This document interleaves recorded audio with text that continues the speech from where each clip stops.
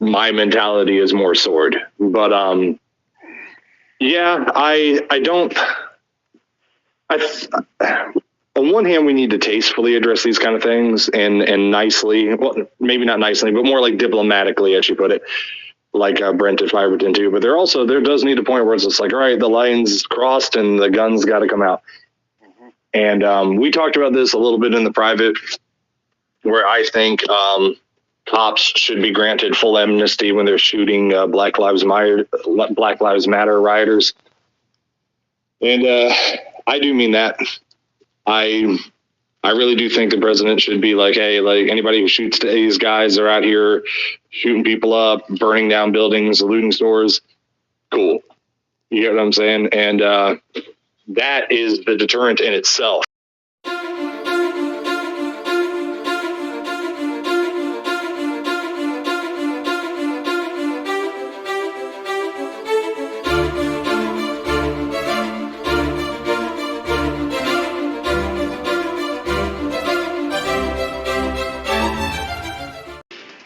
Good evening, everyone. President Trump has called Antifa a terrorist organization, and many blame the group for damage during protests in Nashville and across the country. So what is Antifa? Investigative reporter Ben Hall questioned a local Antifa activist.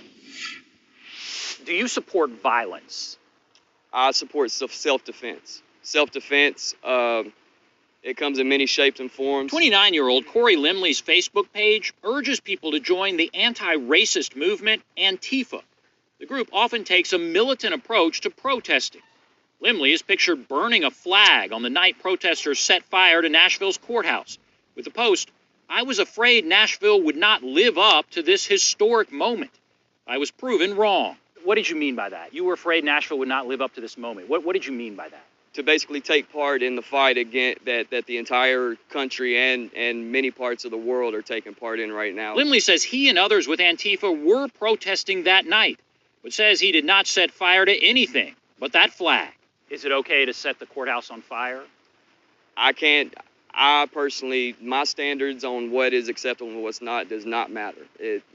People will express anger and outrage in whatever way they see fit. This is way bigger than the courthouse, and if we allow ourselves to box ourselves into talking about the courthouse, are we ever going to talk about the bigger issue? He says the bigger issue is systemic racism. He's been in the news before, marching against white supremacists in Charlottesville.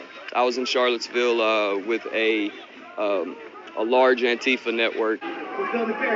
He's such a lightning rod. When video surfaced last week of a man allegedly paying protesters in Columbus, Ohio, some on social media incorrectly believed it was Limley and urged President Trump to have him arrested.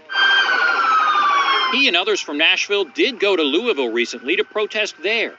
Last year, he was arrested for disorderly conduct at Montgomery Bell State Park, protesting a white nationalist conference there. We put our bodies in front of the park, trying to keep Nazi attendees from getting in the park. Unlike others with Antifa, he does not cover his face.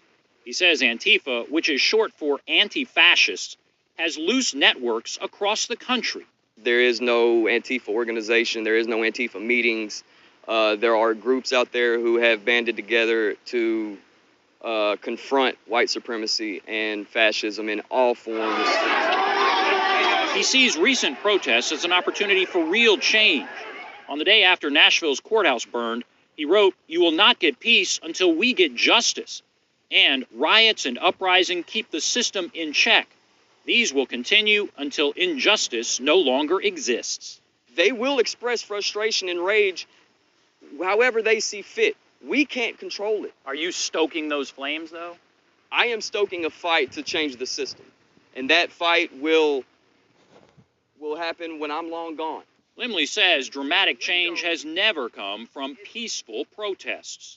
How does bashing in windows on small businesses help advance your cause? Disenfranchised youth are out in the streets right now who do not care about politics, who do not watch the news, who have been feeling this system, who have been victims of this system.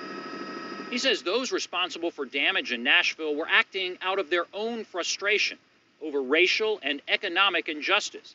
He says he's never met those who police have arrested so far for setting the courthouse on fire.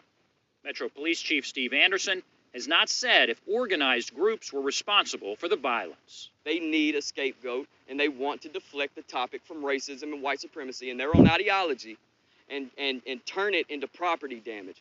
A Metro councilman says Antifa should pay for the damage to the Metro courthouse, but that has gone nowhere. Nashville protests since that night have been peaceful. Ben Hall, News Channel 5, investigates.